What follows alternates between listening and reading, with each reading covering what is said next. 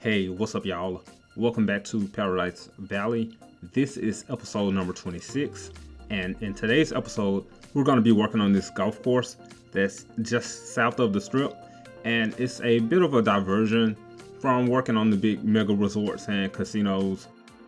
And I know it's been such a long time since I've posted an episode of Paradise Valley, but I've still continued to work on it somewhat, as well as my other series as well.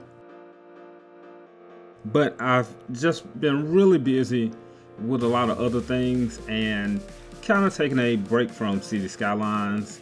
I know my asset creations have slightly decreased in terms of the frequency that I'm posting and uploading assets to the workshop.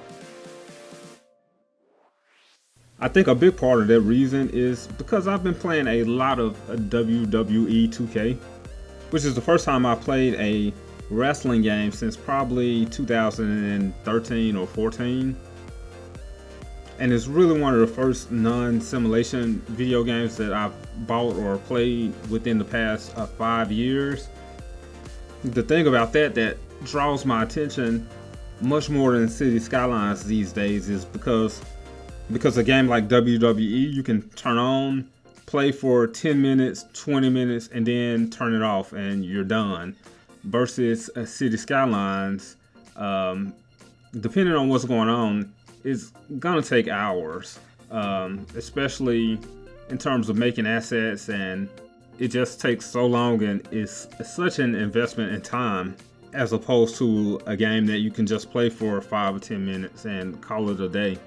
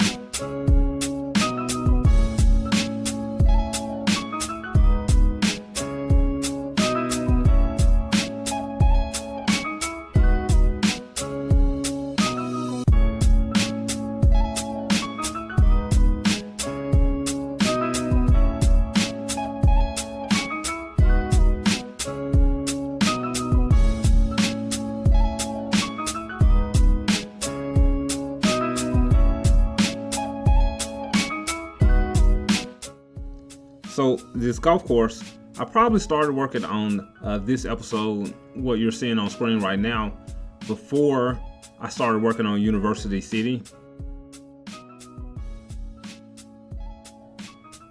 And if you haven't checked out the episodes that I posted on University City, go ahead and check those out right now, as well as hitting the subscribe button so you're notified whenever I do post those videos, since I don't post very frequently.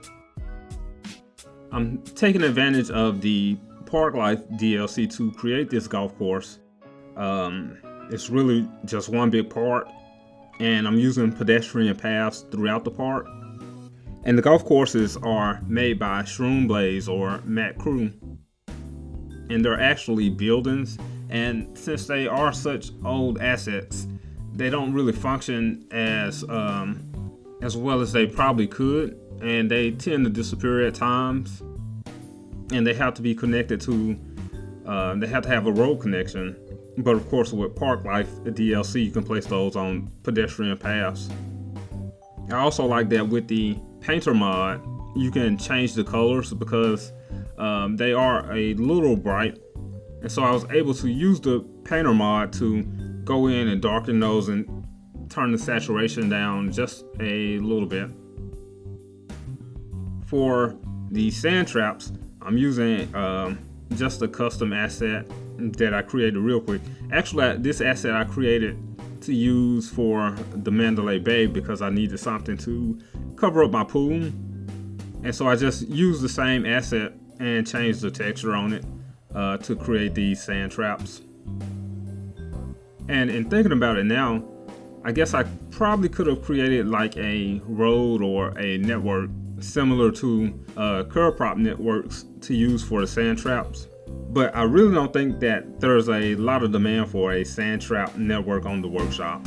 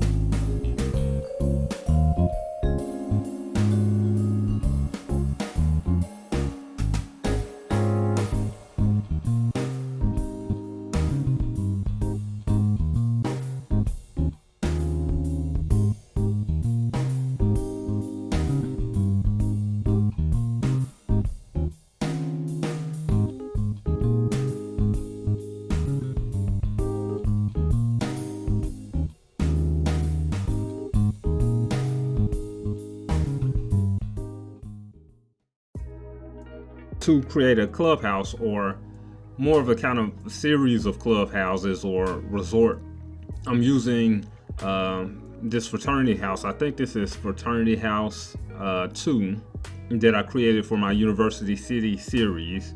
If you want this asset, you can check it out on the workshop right now. I probably posted it about a couple of months ago. I am using a slightly modified version of it where the brick texture is removed and it's replaced by like a white siding. And I really like the way that the look of the building worked for a clubhouse. Again, right here, I'm using the Parklight DLC to create a park, and right between these two clubhouses is the park gate or park entrance. And what I do like about this is it's kind of shady, kind of Trump-esque. So these fraternity houses are residential buildings with the Rico mod, but I created them using a park template. So when you're building a park, you can actually place these along pedestrian paths without needing a road connection. So the residents that live here, every time that they want to come back to the house and enter into the golf park, they have to pay a fee. which is completely unnecessary, seeing that I have the unlimited money mod and I have absolutely no reason to cheat my residents out of any more money than I need to.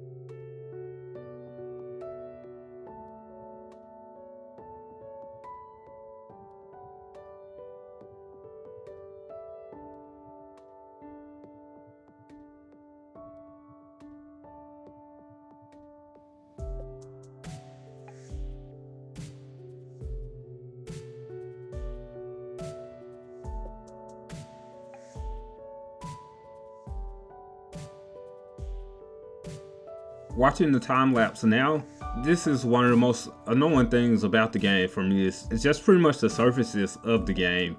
It just seems like you should be able to import a texture and paint the texture of the ground pretty much anything that you wanted, and to have the textures tiled and repeat without having overlapping or having to use decals. Like, just to get these sidewalks and entrances right, I have to use ploppable asphalt. I have to use surface painter, I have to use surface brushes, and I have to use some decals, some pavement decals from the workshop.